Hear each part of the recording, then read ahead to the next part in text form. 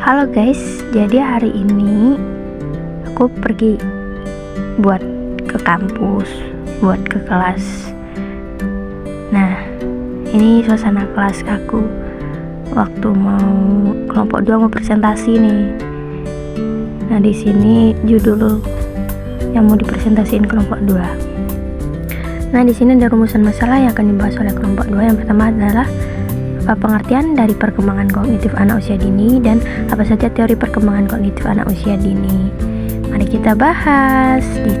Nah, yang pertama adalah definisi teori. Menurut Siswoyo, bahwa teori diartikan sebagai seperangkat konsep dan definisi yang saling berhubungan yang mencerminkan suatu pandangan sistematis mengenai fenomena dengan menerangkan hubungan antar variabel dengan tujuan untuk menerangkan dan meramal fenomena tersebut. Nah, di sini ada definisi perkembangan menurut kelompok 2. Namun menurut saya, perkembangan adalah suatu fenomena yang menandai perjalanan panjang anak menuju kematangan fisik dan kognitif yang lebih kompleks.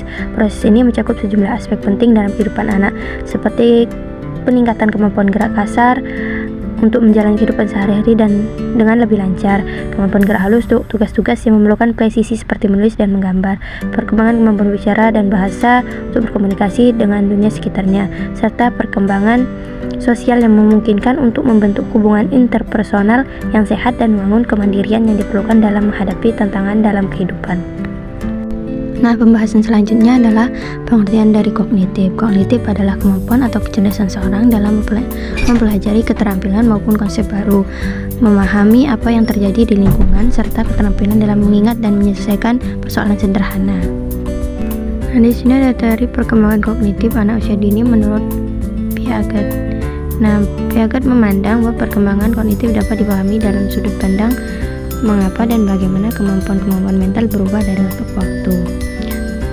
Penjelasan tentang perubahan perkembangan memastikan bahwa anak merupakan suatu organisme aktif.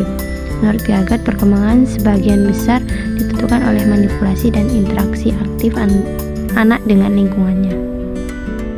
Adapun perkembangan menurut Vygotsky, beliau memandang pada dua ide. Yang pertama adalah mengemukakan bahwa perkembangan intelektual dapat dipahami hanya bila ditinjau dari konteks historis dan budaya pengalaman anak. Yang kedua adalah yakin bahwa perkembangan bergantung kepada sistem isyarat.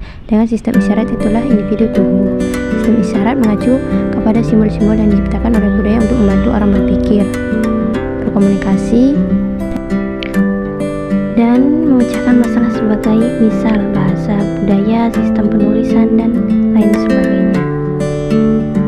Selanjutnya menurut David Paul Ausubel memiliki makna yang sama dengan teori konstruktivisme. Keduanya menekankan pada peserta didik untuk mengasosiasikan pengalaman, fenomena, serta fakta-fakta baru ke dalam sistem penafsiran yang sudah dimiliki keduanya. Juga menekankan pentingnya asimilasi pengalaman baru ke dalam konsep ataupun penafsiran yang telah dimiliki siswa kedua.